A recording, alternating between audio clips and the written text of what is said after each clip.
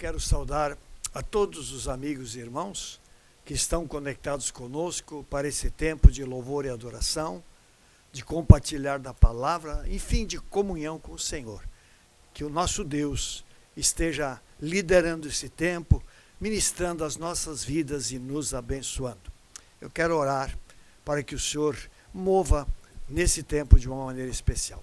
Senhor Jesus, obrigado por podermos mais uma vez estar conectados com o Senhor, Deus, e usando esse instrumento tão precioso, Deus amado, da internet, para esse culto que nós cremos será abençoado pelo Senhor. Pai, Tu sabes a necessidade, a realidade de cada pessoa que está conectada conosco. Deus, que os céus se abram sobre essas vidas, que a graça de Deus se derrame sobre esses corações e que Deus, esse tempo, seja um tempo de crescimento, Deus, de edificação, em nome de Jesus. Amém. E demorei tanto pra ver, foi tão difícil entender que eu carrego em mim a Tua vitória, ó Deus. Não é pelo que fazemos, nem pelo que merecemos. Transformas em glória o que quebrado estás. Tu és o vencedor e não há gigantes que te resistam. Deus, Tu és invencível. Eu sou quem dizes que eu sou. E com confiança me coroaste, ao Teu lado estou assentado. És aquele que tudo venceu. Vamos cantar. Hoje eu posso enxergar. Hoje eu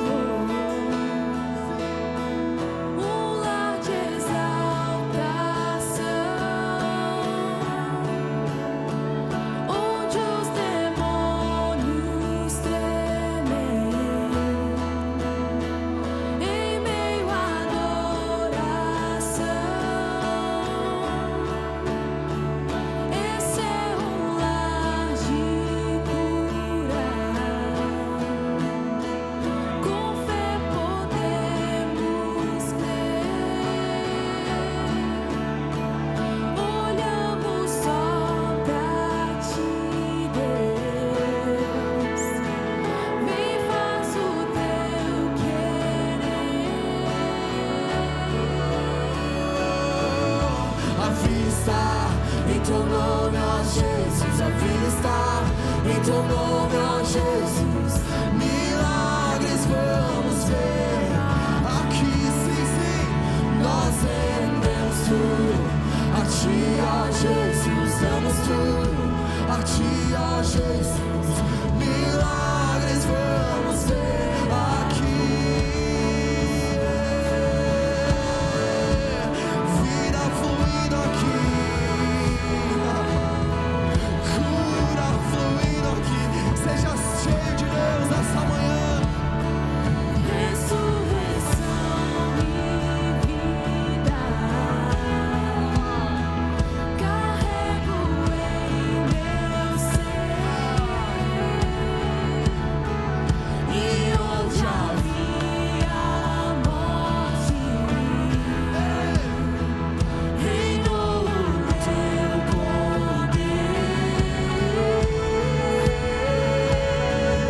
A vida está em teu nome, ó Jesus. A vida está em teu nome, ó Jesus. Milagres vamos ver. Nós rendemos tudo a ti, ó Jesus. Damos tudo a ti, ó Jesus. Milagres vamos ver. A vida está em teu nome, ó Jesus. A vida está em teu nome, ó Jesus. Milagres vamos ver.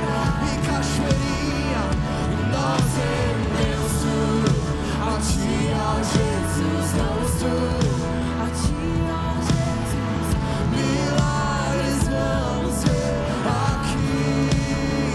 Creio que estás movendo, creio que estás falando e que estás trabalhando para o meu bem. Vamos com palmas. Eu olho para o alto, recebo tua visão.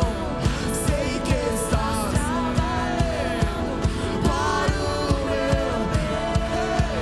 Creio que estás movendo, creio que estás falando e que estás trabalhando para o meu bem. Eu olho para o alto, recebo tua visão. Sei que estás trabalhando para o em uma só voz a vida. A vida está em teu nome, ó Jesus. A vida está em teu nome. Milagres temos visto, milagres temos visto aqui. E nós rendemos tudo a ti, ó Jesus. Damos tudo a ti, ó Jesus. Milagres, creio que estás movendo, creio que estás falando e que estás trabalhando para o meu bem. Eu olho para o alto, recebo tua visão. Sei que estás trabalhando para o meu bem. Creio que estás movendo, creio que estás falando e que estás trabalhando para o meu bem. Eu olho para o alto, recebo tua visão. Sei que estás trabalhando para o meu bem.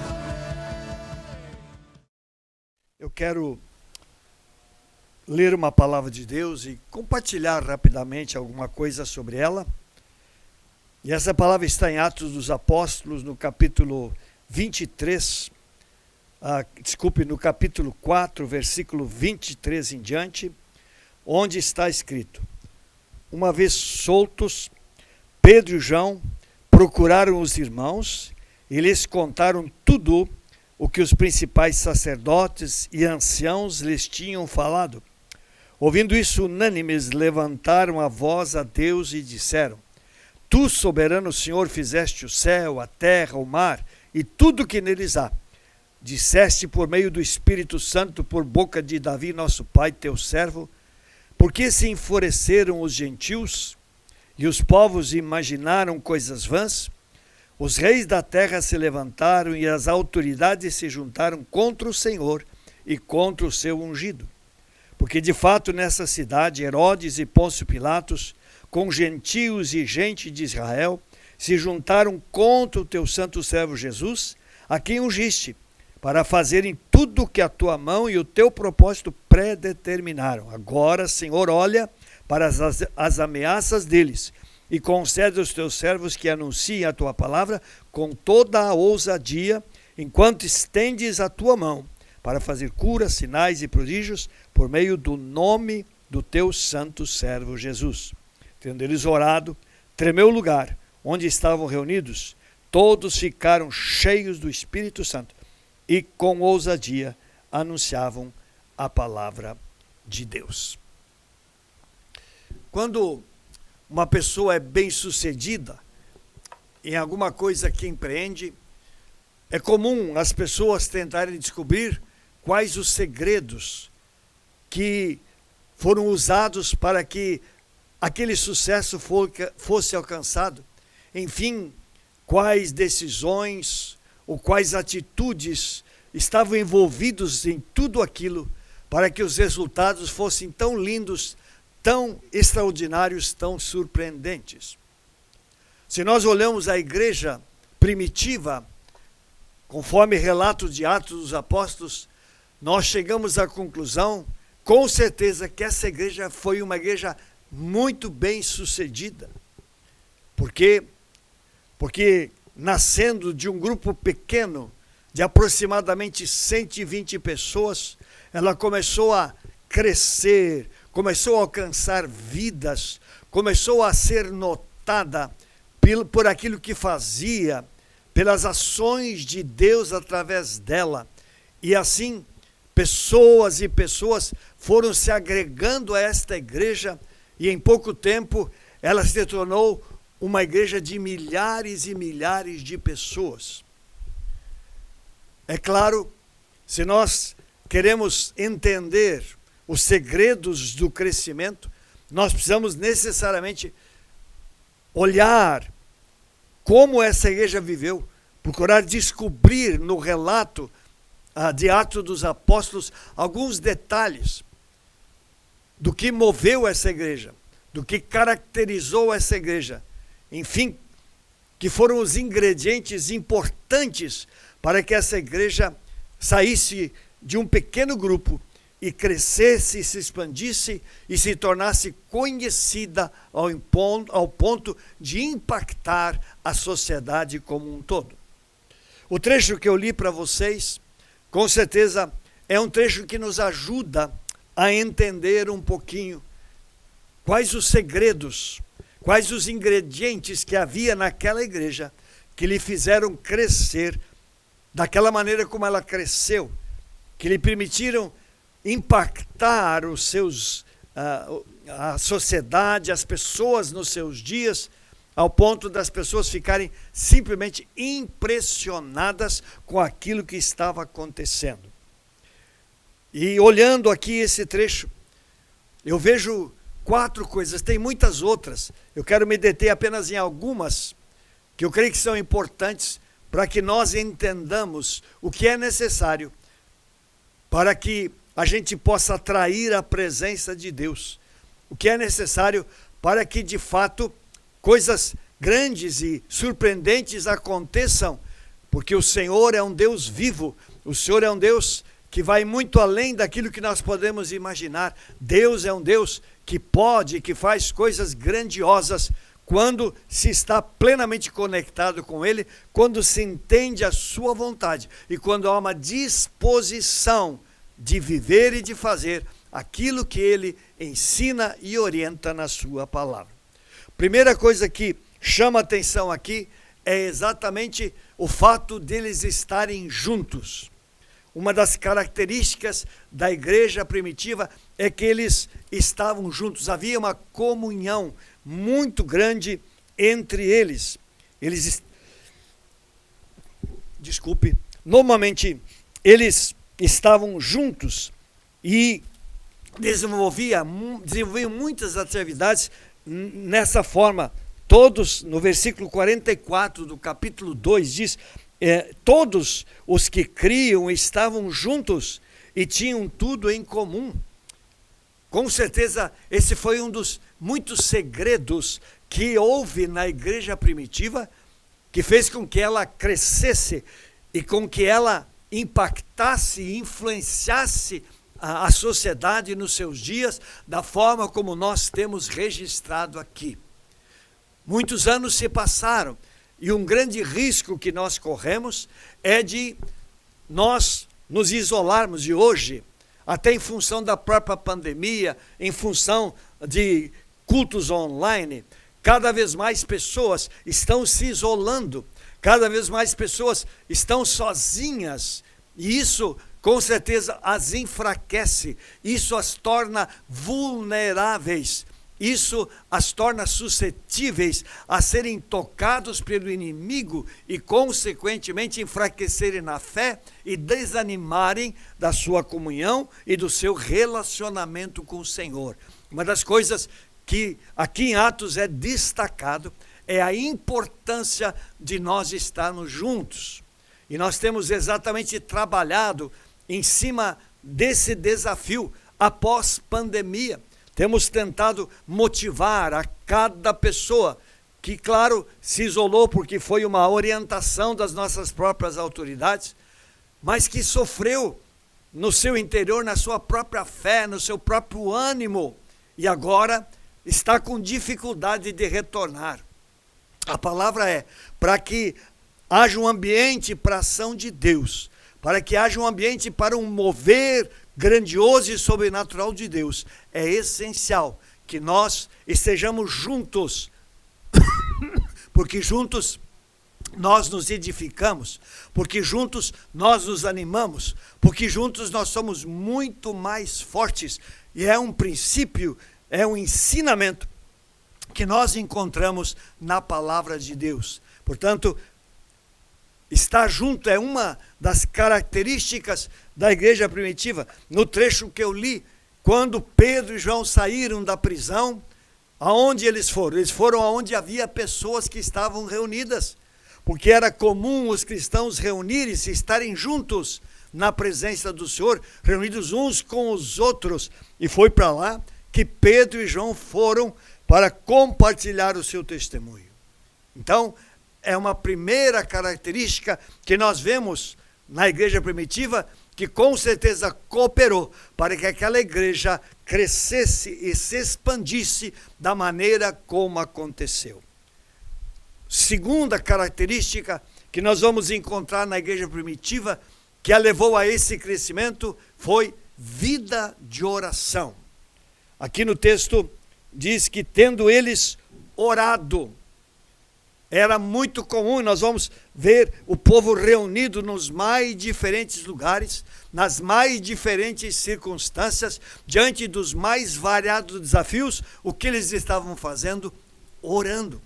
Porque orar significa estar conectado com Deus. Orar significa estar na presença do Senhor. Orar significa colocar vida, circunstâncias, necessidades, desafios, lutas na presença de Deus. Eu pergunto, há lugar melhor para nós colocarmos as nossas demandas do que na presença de Deus através da oração?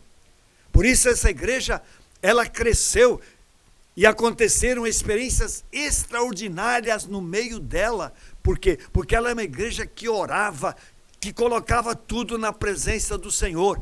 E, consequentemente, a mão de Deus estava estendida na direção daquela igreja. E Deus se movia a favor deles e os abençoava extraordinariamente. Se nós lemos a Bíblia, lemos o Novo Testamento, nós vamos ver Jesus incentivando os seus filhos a orarem, a orar, a buscar o Senhor. Jesus disse: pedi, dar-se-vos-á, buscai, achareis, batei e abrir-se-vos-á.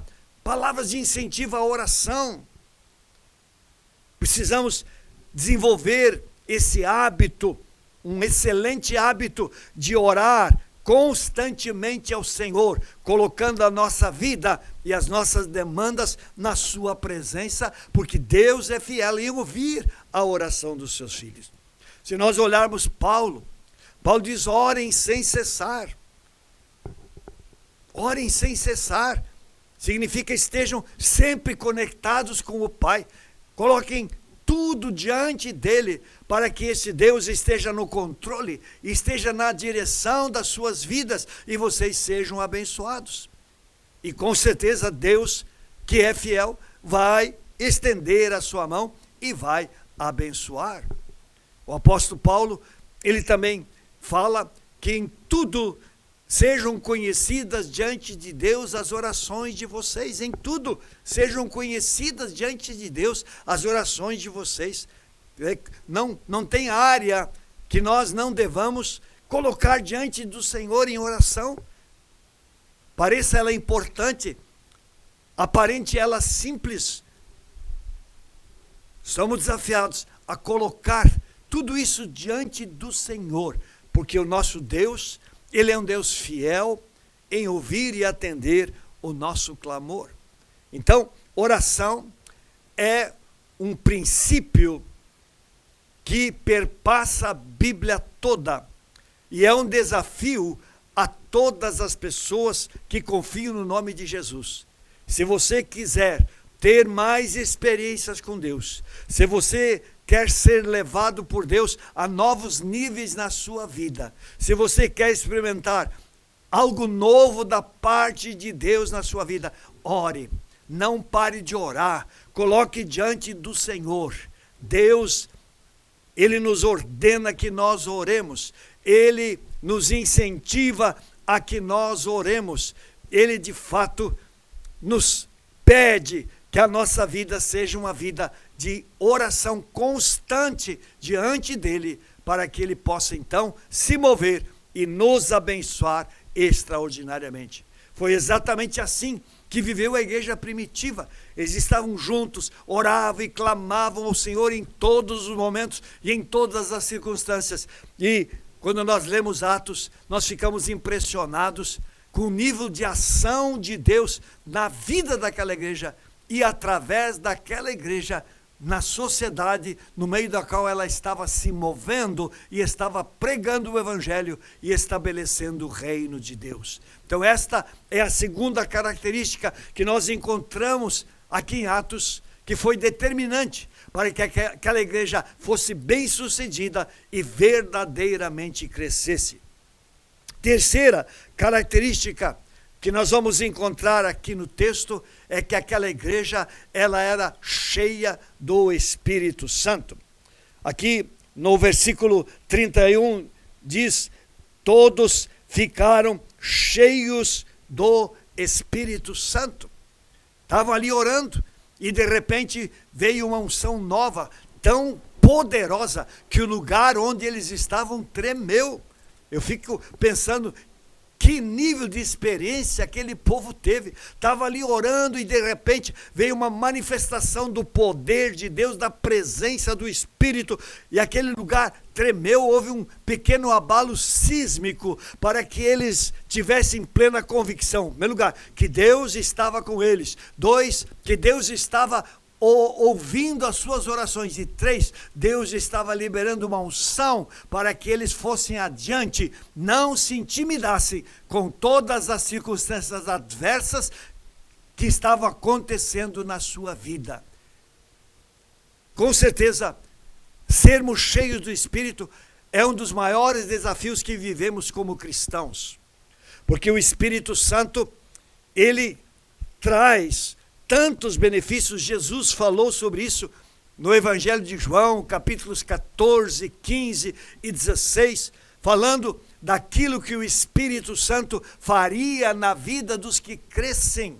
É tão importante que a gente releia sempre de novo esses textos para que haja realmente uma nova conscientização a respeito das ações do Espírito Santo em nossas vidas. Mas 2, que também nós, através da leitura desses textos, sendo relembrados daquilo que Jesus falou, nós nos sintamos motivados a buscar sempre mais essa presença, buscar uma unção maior, mais profunda, mais intensa desse Espírito, de tal forma que o Espírito mova em nós, que nós de glória em glória possamos ser transformados pela ação desse Espírito, para cada vez mais nos assemelharmos ao Senhor Jesus Cristo, para que nós, cheios do Espírito Santo, possamos ter poder e a autoridade que Jesus disse que receberíamos para fazermos aquilo que o Senhor deseja que a sua igreja faça. Muitos dizem que naquele tempo a igreja precisava mais da unção, ela estava começando, ela tinha muitas dificuldades, muitas lutas, é verdade, mas é óbvio que se eles precisavam, nós precisamos, o contexto é outro, mas as lutas são as mesmas, a oposição é a mesma, os desafios são os mesmos. Se eles precisaram, nós precisamos de uma unção nova do Espírito, sermos cheios do Espírito. Por isso Paulo diz, não se embriaguem com vinho, no qual há dissolução, encham-se do Espírito. Esse é o desafio, nós nos enchermos diariamente do Espírito, para vivermos a vida de Deus, para não sermos guiados pelas nossas emoções, para não sermos guiados pelos desejos da nossa carne, mas nós podemos ser guiados pelo Espírito em toda e qualquer circunstância, para que a luz da presença do Senhor em nós possa brilhar onde quer que nós estejamos, que as pessoas ao olharem para nós imediatamente percebam que em nós há uma presença diferente. É esse Espírito habitando em nós, nos conduzindo, nos iluminando e nos ajudando a vivermos para a glória, honra e louvor do nome de Jesus. Meu irmão, minha irmã, você que me assiste nessa hora, entenda, é necessário que você se renove nesse Espírito todo dia, ele está disponível. Deus não dá o Espírito por medida, quando você busca, ele vai derramar, e quando você busca, ele derrama de novo, e quando você busca, ele derrama de novo. É algo ilimitado da parte de Deus, preparado para aqueles que realmente amam o Senhor e que querem viver a vida da forma como o Senhor deseja que eles vivam, agradando a este Deus de todo o coração. Então esta foi uma outra característica aqui da igreja primitiva, que fez dessa igreja primitiva uma igreja tão bem sucedida, uma igreja que cresceu de uma maneira tão exponencial, como nós temos registrado aqui nesses primeiros capítulos de Atos dos Apóstolos.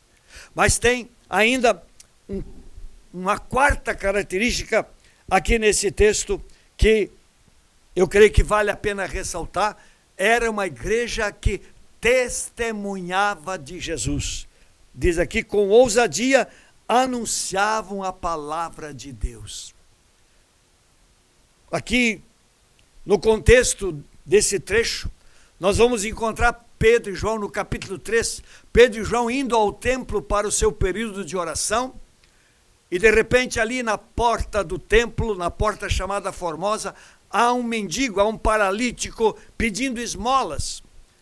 Pedro e João param, o homem ficou na expectativa de que agora receberia alguma coisa, mas Pedro lhe disse, nós não temos ouro, nós não temos prata, mas o que nós temos, nós vamos dar. Em nome de Jesus, levanta e anda. E o pegou pela mão, e aquele homem se levantou imediatamente, diz o trecho, que ele entrou pulando e saltando no templo. Imagina que reboliço aconteceu no templo, quando de repente aquele homem, que eles viam assentado, paralítico ali na porta, está pulando e saltando no templo, dando glórias a Deus pela sua cura extraordinária. Isso gerou admiração no povo, e Pedro se levanta e explica e prega a palavra de Deus. Surgiu a oportunidade, prontamente Pedro faz uso da palavra e começa a pregar, explicar às pessoas o que havia acontecido e falar do poder do nome de Jesus Cristo, que morreu, mas que ressuscitou para resgatar e salvar aqueles que estavam perdidos. Pedro não perdia nenhuma oportunidade para testemunhar. E o texto vai adiante dizendo que de repente as autoridades vieram e os trancaram na prisão. No outro dia os chamaram e disseram: olha, nós não queremos mais que vocês falem desse Jesus, vocês estão proibidos de falar desse Jesus. O que Pedro e João fazem? Eles dizem assim: meus amigos, pensem com a gente, o que é mais importante? Nós obedecemos a vocês ou nós obedecemos a Deus? É claro, a resposta era óbvia. A eles importava obedecer a Deus. E ainda debaixo de ameaças de que não falassem, eles saíram e simplesmente continuaram pregando o Evangelho. E nós vamos ter outros momentos registrados aqui em Atos, em que aconteceram coisas parecidas, mas simplesmente aquela igreja, ela não se calava mesmo diante de ameaças, mesmo diante de açoites. Eles não se calavam, porque entendiam que o seu chamado era para proclamar o Evangelho, que o propósito de Deus nas suas vidas era implantar o reino de Deus naquele contexto, naquela sociedade onde eles estavam vivendo. Querido, nós estamos no século 21. Com certeza, se olhamos ao redor, vemos que tremenda necessidade tem a nossa sociedade do Evangelho. Como o povo está longe de Deus, como o povo está entregue aos seus erros, aos seus pecados, como os homens estão simplesmente seguindo as paixões e os desejos da sua natureza carnal e humana. Consequentemente, as pessoas estão indo para longe de Deus, estão caminhando para a sua própria ruína, para a sua própria destruição. As pessoas estão caminhando a passos largos para a condenação eterna. E é nesse meio que Deus tem levantado você e a mim, para nós sermos o quê? Sermos propagadores do Evangelho. Sermos pessoas que não se calem, mesmo diante de ameaças, diante de riscos, que nós não nos calemos, mas que a nossa boca, ela seja uma boca emprestada para Deus, para que através dela a verdade, o Evangelho do Reino seja anunciado em tempo ou fora de tempo, como diz Paulo, porque não há tempo a perder. É absolutamente necessário que a palavra de Deus seja proclamada e a verdade seja anunciada para que as pessoas conheçam Jesus e se rendam completamente a Ele. Eu dizia no começo que quando em certas áreas nós vemos algo desenvolvendo acima da média, algo sendo bem sucedido, nós prontamente avaliamos para ver quais os segredos, o que caracteriza aquele sucesso, aquele crescimento.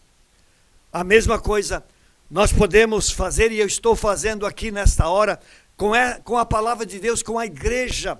Por que essa igreja no começo cresceu tanto? No dia de Pentecostes, quase 3.000 pessoas se convertem. Após a cura do paralítico, no capítulo 4, diz que mais 5.000 pessoas se agregaram à igreja. No capítulo 5 diz que a igreja já era composta de milhares e milhares de pessoas. Um crescimento simplesmente extraordinário e surpreendente. Quais os segredos? E eu mencionei 4. A unidade, estar juntos. Eles realmente primavam, se esforçavam para estar juntos, para que realmente fosse um corpo onde todos bem ajustados cumprissem o seu papel, porque então sabiam, essa igreja ia crescer extraordinariamente. Segunda coisa que eu destaquei aqui foi oração. Era uma igreja que orava, que estava plenamente unida ao Pai pela oração.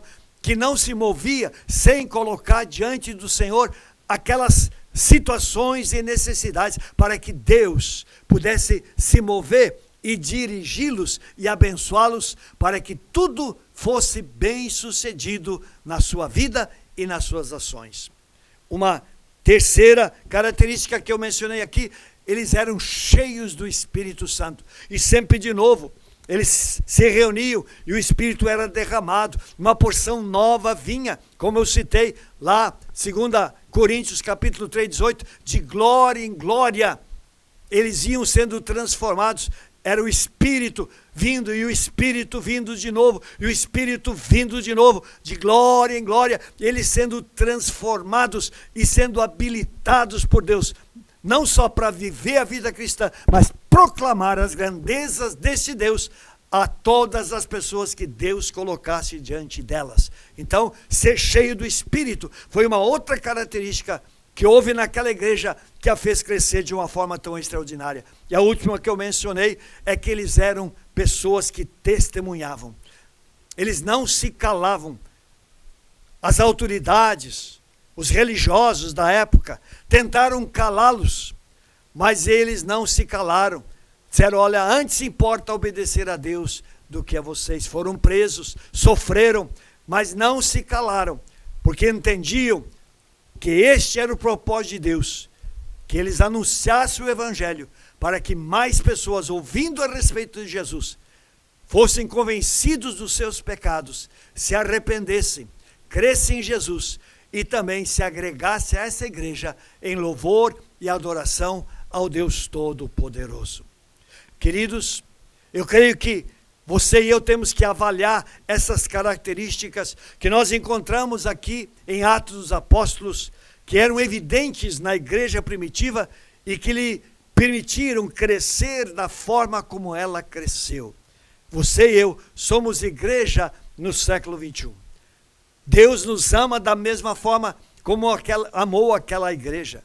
E Deus tem propósitos para nós da mesma forma como teve propósitos para aquela igreja. Por isso a minha palavra é que o seu coração esteja cada vez mais voltado a Deus, que você tenha um coração cada vez mais quebrantado, que você tenha um desejo cada vez maior de estar plenamente afinado com esse Deus e com a sua vontade, para que Ele realmente tenha acesso à sua vida, que aquilo que Ele fez e aquilo que Ele manifestou naquela igreja primitiva, Ele possa fazer, Ele possa manifestar na sua e na minha vida, Ele possa manifestar na igreja hoje, para que essa igreja ela seja levantada, talvez da sua indiferença, muitas vezes, do seu comodismo, muitas vezes, e possa de fato se ornamentar com essas bênçãos de Deus e possa cumprir o seu papel